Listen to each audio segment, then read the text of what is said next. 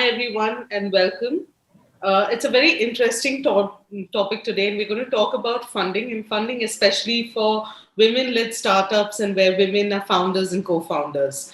If you look at the past 3 months, that's Jan, February, March, and even a bit of April, startups where women were the sole founders raised $10 million in funding. Startups with women as co founders in the same time frame have raised $188.75 million. Now, these numbers are certainly much better because I remember seeing 5 million, 10 million, 2 million of total funding raised by women led companies. But we still have a long way to go because there are still massive fundraisers of just like for example Misho today has raised $300 million. That's just one single round. So we still have a long way to go. So on Women's Day, see us, hear us WhatsApp series where WhatsApp is celebrating the spirit of these path-breaking women, of several path-breaking women, and their drive to be seen, to be heard, and to be connected with each other. We felt that is very important to get on a conversation on the funding conundrum. We address this question on how women entrepreneurs can raise more investment. For that, we have Anisha Singh of She Capital, Radhika Agarwal of Bloom VC, and Aditi Gupta of Stellaris Ventures. Welcome to all of you. Before we just get into specifics and women founders and all of that, I would like to ask you what are the number of pitches you get specifically from women entrepreneurs. Maybe you can start with Radhika on view on this. Yeah, sure. Exact number sadly will be hard to look at, but yeah, this is a number that we track internally at Bloom. So we've looked at historically what is the percentage of cold inbounds that we get, and again, these are not companies that come to us via any networks, via any referrals. These are just pitch form inbounds, and we look at how many of them have at least one founder who's a female, and how many of them have just founders who remain. And yes, that number is low, and we've had this discussion across now peers and other funds. This is a very big part of the genesis behind Lead Drive as well. That number is low.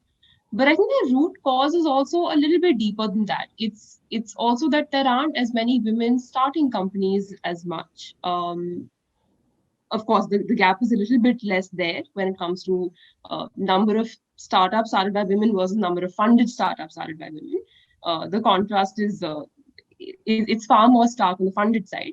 But I think there is also a problem with just fewer women starting companies, and it's from educational structures where fewer women have access to more entrepreneurial circles like an IIT or a BITS, to harder access to very early, like the first couple of dollars that go into your business will be your own savings, your family savings, friend and family savings. Slightly harder access to those.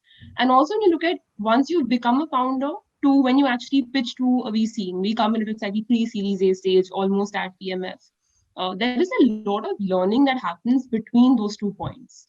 You're learning from your network, you're learning from other founders, things like what is the right time to pitch to a VC, what should I be saying, what should I not be saying. And unless you have strong networks of other founders, it's very hard to get a lot of that tribal knowledge. And I think that causes a lot of dropping of the number of women who end up pitching to VC funds. So you're right, the number is very low. The root cause of that, though, is a lot more complex, and I think really goes down to also fewer women starting up. Aditi, and going through the traditional focused VC firms, and then Anisha, I'll come to you because I know there is a deeper answer to this from you. Aditi. So Sindhu, I think likewise, I was thinking about this after we spoke, and honestly, the number is low, and this is low across the different stages, like right from, so for example, we, as Radhika mentioned, there are a lot of cold emails that we get, right? Like we also get deals from multiple sources. It can be cold reach out by the founders, there can be bankers, or they can be us reaching out to companies whenever we find a sector or a space interesting. And then of course, there's a funnel that follows from there, right? Like the company, we have first meeting, then a bunch of them we find interesting, we spend more time with them, and eventually we end up up spending, end up investing in a very few of them, which is typically like close to, that is a number close to 1 to 2% of the actual number of companies that we come across overall. And as I was reflecting through, I think the number is actually low across the entire funnel. Overall. And just to put a sense to it, for example, maybe because cold emails, of course, we have not really done a team wise because it's not the data is not metric wise. It's a subjective data we come across. But like in the companies that I meet, maybe 1 in 30 founder has a women or like as one of the founders at least, but definitely not more than that. And I have had the great opportunity to at least spend some meaningful time with some of them as I have been investing over the last 4 years. But I would definitely want to believe that that number should be much, much higher than what we truly see today. And to Radhika's point, I think there are structural reasons to why that is the cause. And right from the like some of what Radhika said to down to the fact that how much, because I think investing sorry, not investing, starting up a company is a hard thing, right? And you need right kind of a like not just from the content perspective, but also it's a hard psychological journey for any founder at the end of the day. And you need to have right kind of a support as well as ambition that has to be nurtured from day one, and then to go after that. And you need to have the support ecosystem around you, which basically promotes that ability to take that risk and that confidence that yes, you will be able to do it, because the numbers are not in favor of any founder, be it male or female. And I think that support ecosystem becomes as important as everything else that even Radhika mentioned. So I do feel there are structural reasons why behind the numbers that we see today. Anisha, just want to understand from you, She Capital is focused on investing in startups that are women led, whether it is a sole woman founder or it is co-founded by women. So I want to understand from you, you've also been on the other side of the table as a, founder. Is it genuinely what is stopping women? What is the main concern over here? What is the funnel problem that everyone keeps talking about? How can it be fixed? What is going on? There seems to be a big gap that comes in. So I'm going to address first things first. Okay. So let me tell you how She Capital came about. It came about because I had gotten tired of hearing about 15 founders, female founders, jinke naam dikhte the. Okay. There was nobody else. This is about in 2018. I put on a post, 2017, saying, guys, I'm so tired of hearing of us, just all of us. There has to be more female founders. And I had been mentoring women entrepreneurs since 2012. So I knew there were enough in the system. Okay. I got an overwhelming 3,000 responses. And this was not from the startup founders themselves. These were guys championing, co-founders, husbands, brothers, everybody. And I had VCs reaching out to me saying, hey, have you looked at our portfolio company? And I was like, do you even know why I'm doing this exercise? I was just trying to get an idea of the ecosystem, because apparently in India, no one seems to know how big is the women startup ecosystem. Okay. And there are no exact numbers. PitchBook's been trying to get it. Her Story is doing a job, good job. Traction's been trying to. So there are all these different pockets, right? Invest India is trying for it. I actually think there are phenomenal female founded companies. They just haven't had their moment in time. But you also have to understand, we started a lot later. We're about, if you look at general population, we're about 118 years behind men. Okay. Now you've got to factor in technology is a great enabler. And yes, it's letting us cross the chasm. But we're still behind, guys, right? In 2009, there were a herd of male-led startups. How many were we?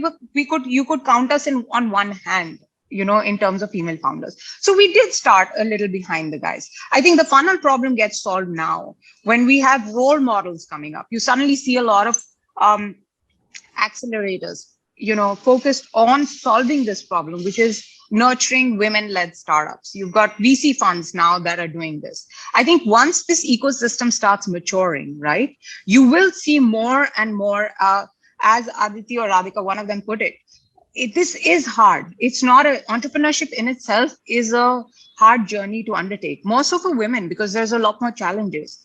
But now that the ecosystem around us is getting formed and more mature, you will see that the funnel is solving for itself. You're seeing that happen in the US. I mean, the year started with Bumble, and I remember Female Founders Fund had a $5 million fund, okay, about 4 years ago. And now, she's basically backed all entrepreneurs, and that's the hope, right? Now they've got unicorns coming out the door. Sogal Ventures, 4 years ago, nobody was giving them money. They've just announced that they've got their third unicorn in the portfolio. Okay, so this is brilliant. We're seeing this happen globally. I think India is the next bet. I'm not a fool to have spent 3 years, chasing something that I don't believe in. And I sincerely believe India's time for female entrepreneurs is coming now. And I feel like we're in a good system to be able to get a great pipeline, and we're seeing that we don't have a pipeline problem. It's good to hear this, that there is a need in the market, but I'm just going a little off track in understanding. It also comes a diversity on both sides of the table. The number of women investors themselves are much more lesser, and that, do you think that could be one of the problems? Radhika, Aditi, you guys are on the other side of the table, but do you think that could be a problem? Because I can count the number of women VCs in my hand, both my hands, that's it. And I find that kind of disconcerting on many levels. It's not like the male VCs do not understand the problem or do not want to invest in, women-led companies. It's just that if diversity is a question, it should be there on both sides. So I just want to understand your thoughts on that. Aditi, if you... Oh, absolutely, Sindhu. I think the benefit of diversity now, the number of there's so much research that has gone into this thing on how diversity can benefit. We can benefit from the diversity and different point of views in all walks of our lives, and I think investing is no different. And I think it's even more important because, in the sense, it has a trickle down impact, so to speak, because there are no women found. First of all, you need a lens with which different lens to which solve the problem, right? There is a market that goes untapped if a person who is familiar with the problem is not trying to solve that problem. Similarly, if that person is then going out and raising funding and there is no person at the other side of the table who can relate with the problem, that further creates an issue. As you rightly said, it's not just about not being open to those problems, but investing, especially early stage investing, where we guys at Stellaris look at, right? Market and team is pretty much what it comes down to, right? Like, of course, business models are talked about, debated, your revenue model and all of that. But if I were to reduce early stage investing into two big buckets, it has to be the team and the market at the end of the day. And in both these elements, I think your relatability of the problem, or at least willingness or openness, like there is a instinctive response do you have, right? Is this market large enough, right? Or and then also there is a translation from need to the actual demand generation in that market, because that's what determines the monetization of any business at the end of it. All of it, having a person who can experience or relate with the problem definitely makes you a little bit more amenable to the idea, so to speak. Similarly, I think on the team side, I would like to believe individuals behave differently. I don't like to take a general lens at it. Like everyone has to go through but this can also be celebrated as a naive and idealist idea. And I'm sure Anisha will have stories to counter this point. But I would still want to believe, I am an idealist on this piece. I would like to believe that every individual has to be evaluated, or at least has to be taken that uniform lens of whether they are good enough. Founding a company is a hard journey, and you have to be evaluated then on that lens. But yeah, I won't be surprised, or I know for a fact that I'm sure women have to just have to be double as good for getting anywhere. But at the same time, I think team is an important lens that we at least take when investing in any company at the end of the day. And there, different qualities are present in different ways in different people, and hence that lens or that relatability, right? Whether it be aggression, whether it be confidence, whether it be ambition, people communicate that differently. So just having a different point of views and different voices around the table can always help the cause, in my opinion. Anisha, you started a fund to bring more women on the other side of the table as well. So your thoughts on this? Yeah, Sindhu, I think it takes time for everything to mature. At one point, there were not enough female founders. Okay, we can only solve one problem at a time, right? And that time, though, there were no VCs on the other side of the table. I think now this is where the startup industry was in 2009. I thought that was a good time to jump into the startup industry. I think this is a great time to jump in here and do a specialized fund. Um, I actually think we're seeing this happen. Women in investing, we're seeing more and more. We all belong on the same group of a WhatsApp group which has women in investing. There are more and more women coming through on that group every single day. Yes, not as partners, but you're seeing more and more happen. So I actually think we're again at the chasm of something. The more unicorns you lead, the more we see female we'll see happen. By our next one, we'll add a whole bunch. You wait and see. That we would love to cover that story then, Anish. I Holding do want to add to what Anisha is saying, Sindhu. I think to your like the VCs that you can count on single hand. I think thankfully there are multiple such groups where I think there are hundreds of women VCs or investors right now. Hopefully, we will see more partners down the line. But that's extreme. it's a cyclical thing to be on, as Anisha said. Yeah. पहले होता था ना women panel होता था, one token woman they used to get, then they got women panel. Now the whole concept's changing slowly. Baby steps. Baby steps. I agree. Radhika? Yeah, I think two things here. One, to Aditi's point, there are just it's good to have more women on this side of the table that can also understand that consumer mindset. I think it's small things like women's health is not its own sector; it's also healthcare. If prostate cancer comes into healthcare, then uterine cancer also comes into healthcare. It's not femtech. Sanitary napkins are not luxury; they're not cosmetics. They're very much healthcare. I think I have several friends who are building companies in the cosmetic space who like kind of come back and said, like, it feels weird that I've spoken to 30 VCs and they're all male and they don't really, they kind of tell me, oh, I'll go check with my wife to understand this market. And I don't think that should necessarily be the case. Sugar, Purple, Nykaa, there are three giants being created in the cosmetics world. I don't think anyone needs to question that market size anymore. That's one. The second is, I think also it's important to, while I do feel that every woman thinks differently, every man thinks differently, it's not that I can like speak for all the women in India or all the women in the world. I think it's very important to have that one, at the end of the day, we're half the consumer economy.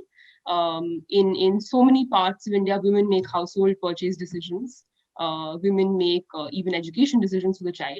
Women make nursing decisions, healthcare decisions. So I think it's important to have that mind space sitting on the table as well. I think we're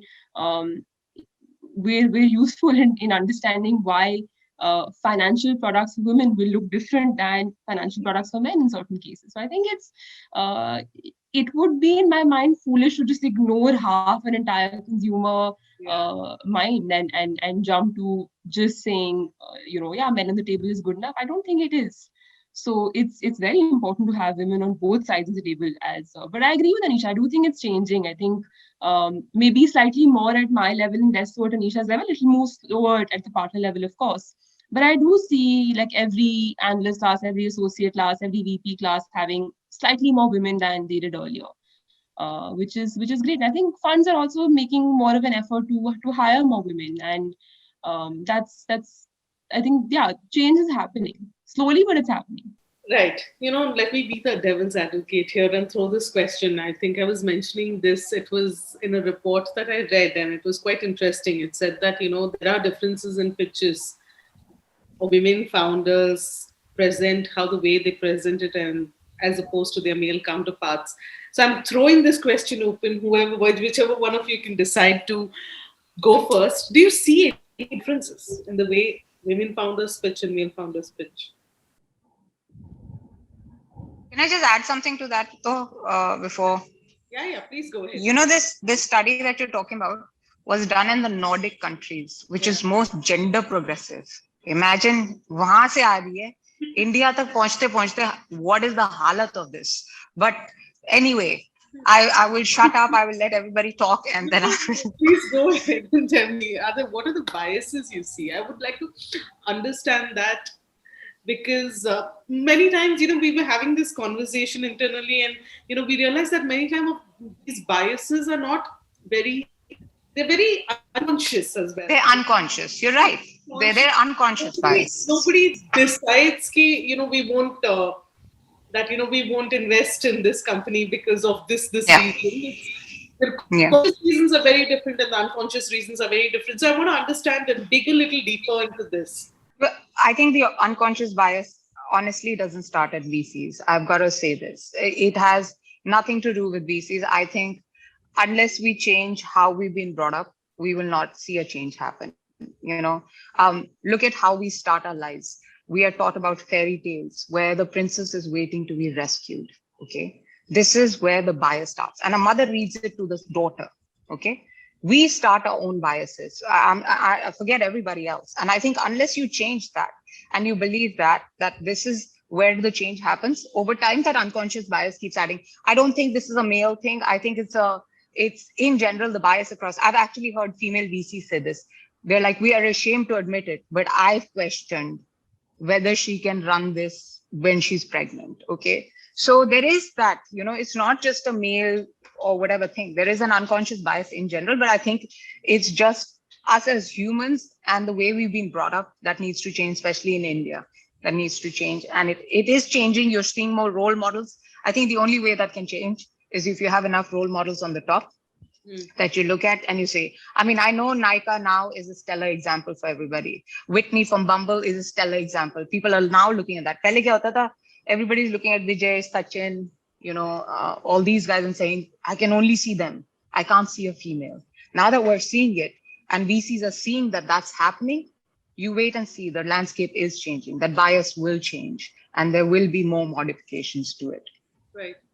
I will just add to what Anisha said, and really that at least I was racking my brain hard, and fortunately I don't think that at least I have seen a visible difference in terms of how women present pitch versus how men pitch, at least in a VC meeting. And I think but at the same time, I have enough examples from the other walks of my life where women and men tend to behave differently, including myself. And I think this is another very famous example that we all must have heard, right? The way we write our emails and how many times we say I think or caveat ourselves, right? And that's a very common gender problem, and I am guilty of the same. And ever since I've read that study, I've kind of like started censoring myself and my email and my communication by ourselves.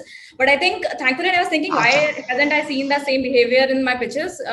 Maybe because I think like I am censoring myself, or like at least I'm modifying myself when I am saying something to make it more direct. I have had the good fortune of working with some very strong female leaders, whether it be founders or whether it be my colleagues across different roles that I've been part of. And I would like to see that as a positive thing. I think we need more and more people who don't question themselves as much. And as Anisha said, I think the worst biases are the biases that we have against ourselves, more than because any other biases you can challenge and you can prove them wrong. And more examples that you have, at the end of the day, people stop questioning, because at the end of the day, if I look at investing as a very crude financial lens, which is, like you are promising your returns to the LPs at the end of the day. If you can deliver those returns, end of the story. Ideally money should be the blindest to the gender in some way, at least on that front. So that those results being delivered, then people stop questioning any which way. So biases against self are the biggest ones that you need to tackle in some ways. Yeah, I agree with two things Anisha said. One was on role models. I think for me personally, the most powerful image of 2021 is going to be Whitney holding her baby at press in the bell. And there's a similar image about 4 years back with the Stitch Fix founder. So I think those are, and it's not just women with babies. I think women across the board face, for various reasons, have slightly a harder time in their entrepreneurial journey than men do, right? So again, to a point of the bias not starting with VCs. A lot of my understanding of the space comes from just speaking with now probably 100 plus founders with female founders because of Lead Tribe. So many of them came back and said vendors don't take us as seriously, suppliers don't take us as seriously, factory workers don't take us as seriously. So you're fighting a lot of those battles on a day-to-day basis as well. So I think just watching even then founders like these come up and build great businesses is has to change views. I think to what Aditi said, if after seeing this also you don't change your views, then you're just not valuing returns and you're not valuing money. So I do think those biases change. The one, yeah, again to Aditi mentioned this. I think there are certain, because we're brought up in a slightly more, we're a little more sometimes apprehensive. So again, heard this in one of our recap sessions where we're a lot less likely to follow up on an email than a man. And I don't mean just female founders versus male founders. I don't think I will follow up as actively on an email as maybe one of my male peers will. I just feel like, am I disturbing them? Am I bothering them? Am I being irritating? I will censor a lot more just because I'm conditioned that way. So one of the things I'm actively practicing right now is just not saying sorry after everything or not saying thank you after everything. So I think those are small changes that we also need to be making to not sound so apprehensive all the time. And again, these are personality traits. There are enough women who are not like that, who I now look up to big time. But I think a lot of us are like that. So a lot of the change also comes from there. Right. And on the topic of biases, I just want to follow on. Would you guys have some examples or something that stands out in terms of biases? It could be completely unconscious, but when you sit back and think and you realize, hey, I don't like, for example, before the panel started, we were talking about reactions and how if a woman reacts in a certain way, she's called as emotional. She's reacting very emotionally and she's reacting in a certain way, versus a male counterpart would be called as assertive and strong leader standing behind his team. So just want to understand, is there some bias that stands out? And many things we might be very vocal about it, but we ourselves don't notice it sometimes. So some examples that stand out? I think for me, the biggest thing is people who fail to make eye contact as frequently as with me vis-a-vis the other person in the room, whether it be my intern or whether it be my partner, doesn't really matter. So I think that's and like this isn't a pitch meeting. It's the extension of the same thing. The bill is never offered to you, right, on the table, versus to every other person who is with you on the table. So I think most of the times I laugh it off. Sometimes it can get on your nerves as well. So that's the most common example, at least I see. But again, I think over time, like if it used to happen once in a week 4 years earlier or 5 years earlier, now it's like the incident rate of that has definitely gone down. So I also feel that as a society, I think we are a lot more vocal about some of these discrimination, the soft as well as the more extreme ones. And it is no longer cool to be a sexist or a racist, and people, even if they are within at least the visible symbols of it, at least in a certain, and I'm sure it's not the same story everywhere. I'm sure there are enough horror stories flowing around, but at least in the circles that we are in, which is this VC startup ecosystem, I'm hoping at least the visible signs of some of this sexist behavior is no longer as apparent. I would love to hear Radhika's and Anisha's experience as well. But I think we are on the, thankfully, I felt that it is on the mend over the recent years. Radhika, Anisha, I can quickly jump in. So yeah, the bill not coming to you is something that I've noticed as well. It happens every single time. I think I have male friends who are embarrassed to go out with me because I have to pick a fight with the server when that happens. It's one of those things I can't. It annoys me. Do you not think I earn? I think the one thing I've noticed more in and again, I've seen this across countries at this point, when someone abuses on a call, they'll turn to you and apologize that, oh, sorry, you're on this call, didn't mean to apologize, didn't mean to abuse. And you like, do you think I don't abuse? Do you think women's ears burn out when we hear abusive words? I think sometimes you just feel like it makes you feel that you behave differently when I'm not around, or my being on this call is a burden to you. And that shouldn't be the case. I am your co-worker like any other co-worker, or I'm someone you work around like anybody else. I think sometimes you do see those biases. And again, this is not, I don't think this is an India thing. I don't think this is a VC thing. I've worked in now 3 countries across 3 different sectors, and I've seen the same behavior in each one of them. So I think, it exists, but But hopefully, as more women enter workplaces and as well as more women enter high-powered positions in workplaces, that will also change because you're seeing a lot more women around. Right. Manisha, I know for a fact you have several examples. Yeah, I've already talked about it, Sindhu, so I don't want to talk about it too much. I mean, I was pregnant when I started raising. I don't think people had seen a pregnant female raising in 2009, so I don't blame them. It was one of those first. I think when you're an entrepreneur, anyway, you have to be too thick-skinned. Yeah, if you're not thick-skinned and rejection gets you down, then you're not going to make it very far. So I think biases, you kind of just realize that this is the nature of the beast. We live with it right now. And eventually over time it's going to change. One thing we can do, and let's talk about what we can do, right? One thing we can do is, as women, we can support each other. Okay, and I get a lot of women coming here saying, what can we do? I'm also starting out. A positive word to another female founder just could change her very bad day. It could probably make that one decision where she's wondering if she should quit or not quit. So I sincerely feel like that is where we should be focused on. Yes, biases exist. They're not going to change. It's going to change a little bit over time. And I'm hopeful because I think the startup industry is actually one of those great equalizers. It is the place where if we see, things come together, and I'm seeing so many great male founders cheer and champion for female founders, is just so heartening. VCs, I mean, so much of the VC community reached out to me and said, what a great idea for a fund. So I'm so hopeful and grateful for where we are as an ecosystem. I think we should just talk about what are we going to do together as champions for each other right now. Speaking of champions for each other, and now we are in the pandemic, and we're just talking about, we're talking about how the second wave has already started in India and all of that. There are several reports, and these reports are kind of very disheartening because they say it has shown that the pandemic has been tough for women, whether it is working women, whether it is women in the C-suite or founders or even VCs. The balance, many women have walked out of the workforce because of the pandemic and they're unable to manage. They don't have, like we initially spoke about, the support system. As women investors, I want to ask you one question. What are the challenges you see and face during this time in the pandemic? I think going first on anything and starting is a hard start, right? It was for even the Flipkarts of the world or even Make My Trips. When you're the first one going out, everybody says, "Kya kar rahe ho, bhai?" What are you doing? I think that's the case for She Capital. Everybody questions the thesis.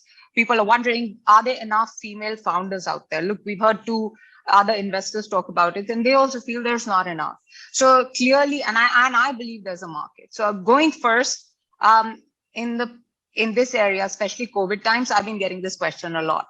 I do believe that there is a subset of women that have managed their businesses, unlike the male founders that aggressively scaled using funding. There were these subset of women that organically grew during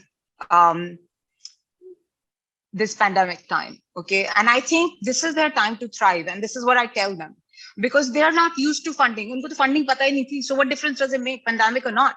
Here is your chance to shine, because you know what?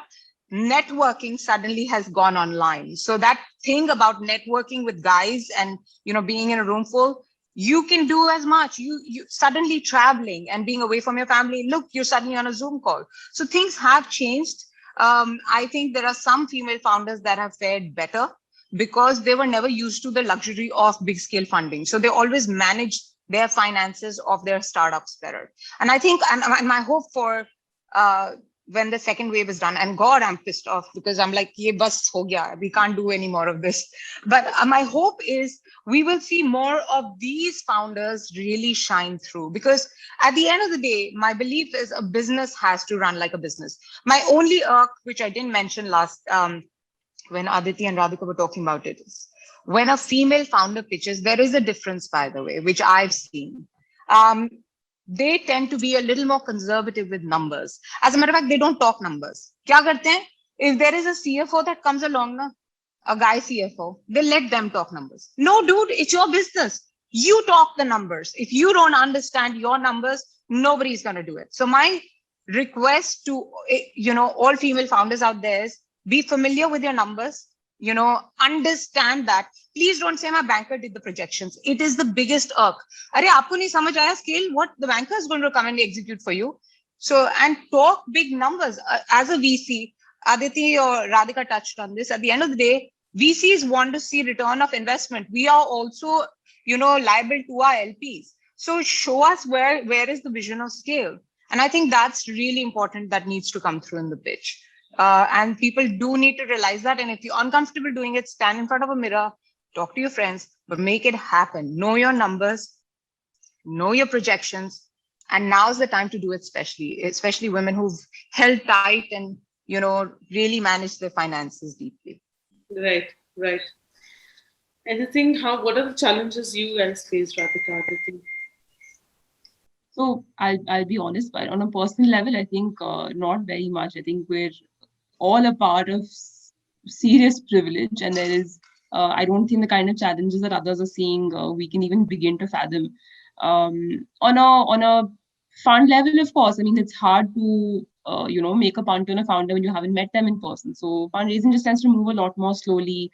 You tend to rely more on founders with whom you've been interacting for a very long time, pre-pandemic, or you've kind of backed before and they're starting up again. So you see a lot of that kind of behavior where if you're unable to meet founders, it's just very, very hard to build conviction.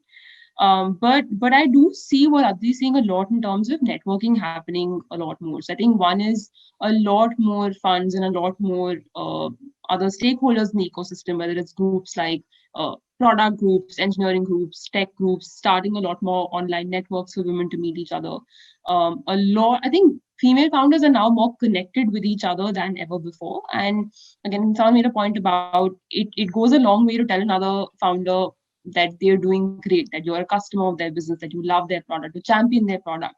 And I think that's happening more as they're more connected with each other. And to that same note, I think a lot comes out of these networks. You partner with each other more, you hire out of these networks very often. It's also important for founders to diligence what VCs they're getting into bed with. So I think that kind of comes out of these networks as well. So I think a lot more of that is happening, which is going to be great for founders as well. And it's easier to network online for women often, because again, you're not trying to do late night parties, you're not sitting in a room full of men like Anisha said, you're not taking flights like a mad person up and down. So it's a ridiculous schedule, but at least it's from the comfort of your home and you can manage your time a little bit better. No, I will just add to what Radhika was saying, Sindhu. And I also believe that I think to your specific question of challenges, again, the privilege has kept us kind of guarded there. But I also felt that I also agree with both Radhika and Anisha that pandemic has been also a blessing in disguise in terms of challenging some of the behaviors. And I think 2-3 waves that are coming out of it can actually propel, are actually acting as a equalizer forces. And at least I believe, for example, the promotion of the gig economy or flexible timings, I think these have been the concepts that we all have been talking about for a while now, but pandemic kind of made it a reality. And I think women as a segment are going to be a core benefit group. I think we saw a bunch of companies getting funded previously as well, with the likes of Trofano and Misho, etc., or whether it be Turtlemint or Renewbuy, or like any kind of a business that uses flexible workforce.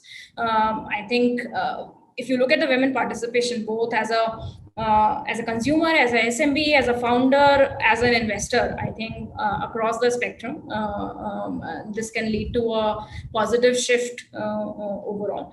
Second, I do believe, I think rise of India, I think our domestic demand is what kept us going through this entire pandemic period, over this entire period. And consumer brands has emerged as a very hot investing space over the last few years. And that again, by the sheer force of the numbers that we have, right, 50% of the audience is women, and somewhere you understand you are a consumer as well as you can be a creator for the same segment. And I do believe that there again, a lot of, we saw some of the very hot IPOs happening over the last year in this space, which is only further going to fuel the investing dollar going into the sector as well. And I think women have an advantage there, right? Because some, I think Radhika mentioned specifically, like whether it be some products which are specifically targeted to women, whether like women healthcare, women sexual care, or women hygiene, or it be even as a consumer, right? Like anyone can start a chocolate brand at the end of the day, or women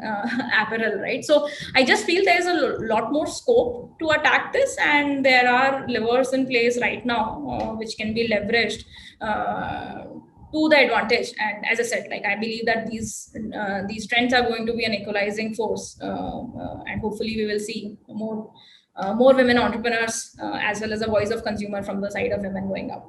Right. The pandemic has also shown that, like Anisha was saying, that women are very resilient and frugal.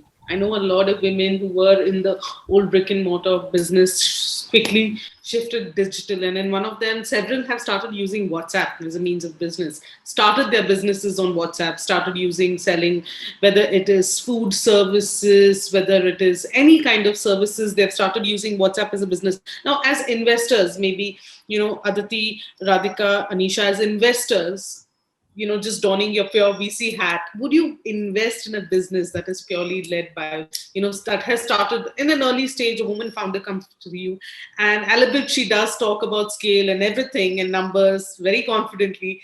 Would you look at investing in a business that's purely WhatsApp started? Because that has been a concern many times. Radhika, maybe you could start. Yeah, so I was just going to say that I think it's important to remember that Dunzo started as a WhatsApp group, and Baiju started as a man teaching kids in his home. So I think it's ridiculous for us to say that businesses started like this on WhatsApp are not technically VC backable. I must admit here that my understanding of consumer products, D2C brands, is very, very superficial, given that Bloom doesn't really invest in consumer brands. But so it's not a space I understand I don't understand the economics of it very well. But I think as long as you're able to show scale, as long as you're able to show that as scale comes about, your costs start reducing, your product is seeing strong traction, strong virality, I think there's no reason for us to, as VCs, to say, no, this is not VC backable, or to kind of shy away from the product. I know what you mean. I think half the food I eat now, half the food I buy now is coming from some small woman-led brand. Either it's the auntie selling achar in my colony, or I've like made a list of all these brands on platforms like LBB that have that are women-led, that have incredibly great consumer products, and this is now almost 50% of what I'm buying on a day-to-day basis. So if I'm a consumer of it, how can I not be a champion of it from a financial standpoint? So I think, just given the consumer brand knowledge, I'll stay away from saying more, but that's just a very superficial perspective on the space overall. Right. Aditi? So no, I believe social is a big part of is a big theme of different type of businesses, whether it be education, as Radhika mentioned, or D2C consumer brand, or financial services, agri-tech. I think communication and social are key layers that you look at, both from a GTM/distribution perspective, as well as from creating a defensibility in your businesses. And we have evaluated and invested in multiple businesses now which leverage different type of social mediums as a key part of building out the business overall, whether it be WhatsApp or whether it be like creating communication layers on top of your own D2C consumer brand approach, all the other like Instagram or like whatever. I think if you are a founder, you have to leverage whatever is present to your advantage to grow your business to the fullest. And I think WhatsApp, the kind of penetration it has in India, and I think now it has been a core focus over the last 3-4 years, and at least I don't see any replacement. Like it's a social, the big part of the social is that it's difficult to replace you at the end of the day. And I think from that perspective, it's a strong medium for different startups to leverage to their advantage. And I have seen a strong response. And I think businesses as well as startups and consumers, all three have adopted it to a quite a close concept, whether it be like customer complaint experience that you're providing at the end of it, whether it be using it to acquire new customers. I think all these social channels are very, very relevant to the startup ecosystem overall. And I think we have invested into through like many companies which are closely working with the social media as an overall platform to advance their cause of whether it be, as I said, distribution, customer experience, as well as uh, the resolution at the end of it overall. Right. Anisha? Yeah, I actually am the belief that at the end of the day, only thing that should matter is what's your CAC and your LTV, your customer acquisition cost and your LTV. Okay, that's all that matters. If WhatsApp is giving you that ability to grow at a scale, especially in a tier 2, tier 3 city that others aren't, then I think go for it. Look at it, yeah. We are now valuing consumer brands. So we have a lot of consumer brands that we are, looking at right now that use the platform of Amazon and Flipkart, right? You pay a listing fee there. There's so much more that you do there. WhatsApp is a very similar thing, but you have a one-to-one communication. I mean, Clovia, which is our investee company, is now aggressively going on WhatsApp. I remember when I was at Maidala, that was the only thing that WhatsApp business kab khulega. I think it enables you to do a one-to-one communication with your customers. Chinese Pinduoduo, or whatever, I'm pronouncing it wrong, is a multi-billion-dollar company grown purely on WeChat. Okay. And it is now, I think they're $15 billion worth or $18 billion worth.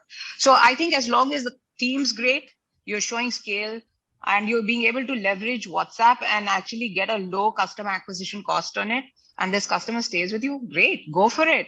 It's an excellent thing.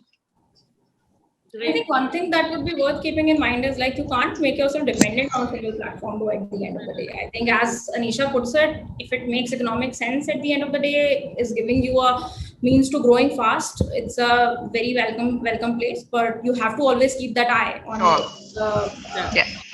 you can't be dependent and your business should not be go under. We're coming to the close of this. So quickly, I need key takeaways and advices that you'd like to give women founders. And you could start with you, Aditi, on this. I have said this now to multiple people, and I would say this once more. I don't like to see founders as women founders and men founders. There are biases that exist in the world, but there is, at least I like to live life without giving credence to some of them. I think that's at least, I feel that is one of the best. I think biases need to be acknowledged to be corrected, but that's needs to happen at a systemic level. As an individual, I very strongly believe in like having a thick skin and not having those biases for yourself at the end of the day. So I think it's a tough journey. You should reach out to every stakeholder and create that support ecosystem for yourself who can encourage you and push you forward. There is no need to keep a gender lens yourself, even if the world has one. Right. Anisha? So I think first is know your numbers. Second, I've said this all the time, all through my Dala days. Not quitting is half the battle won. I think as founders, we don't realize how close we are to that turning point. All we have to do is, if you keep getting up and getting up, at some point, even the gods will say, let her pass, yaar, jane de, usko badhne de aage. So I think that is one thing that we need to realize. And this is not a female founder thing. It's just as entrepreneurs, entrepreneurship is a rough, but a super exciting and amazing journey. As long as you realize and you're not in it for the trend aspect or the cool aspect, because there's nothing cool about it. It's just a rough journey, but it's super fun and addictive. Yeah, I have two. I think one is to Anisha's earlier point of on numbers. I think, yes, have very often seen female founders understand numbers a little bit. And honestly, as a VC, when I'm evaluating a company, whether someone tells me this is a $1 trillion opportunity or a $2 million opportunity, I don't believe either answer. I have to go do my own homework, and the only answer I will believe is my own. That's my job. So I think, but yes. So on that note, don't undersell yourself when you're seeing male founders sell things as like a 100 billion decacorn whatever opportunity. You do it too because it's the same sector, it's the same business. And the second is, and again, this would go to any founder, don't build in isolation. I think there is just so much to learn from other founders. There are so many challenges that you face that they're also facing. So it can either be, avoiding the same mistakes that maybe they have made 5 years earlier, or even mental support for someone going through the same shit that you're going through. So I think that's the second one, that as a founder, try and speak with and be around as many founders. And it doesn't need to be the same sector as you. It can really be someone who is in that same rough journey as both Anisha and Aditi pointed out. It's a very, very hard journey. So just being around other people and learning from other people who are going through the same thing or have gone through the same thing can be a big win. Great. Thank you so much. And I hope that next time we have a larger panel with both male and women from the VCs talking about this. And we have more women led companies as being unicorns and more examples, so to speak. So, on that note, thank you so much. Thank you all for your time. And thank you so much for doing this with me. It was a great conversation.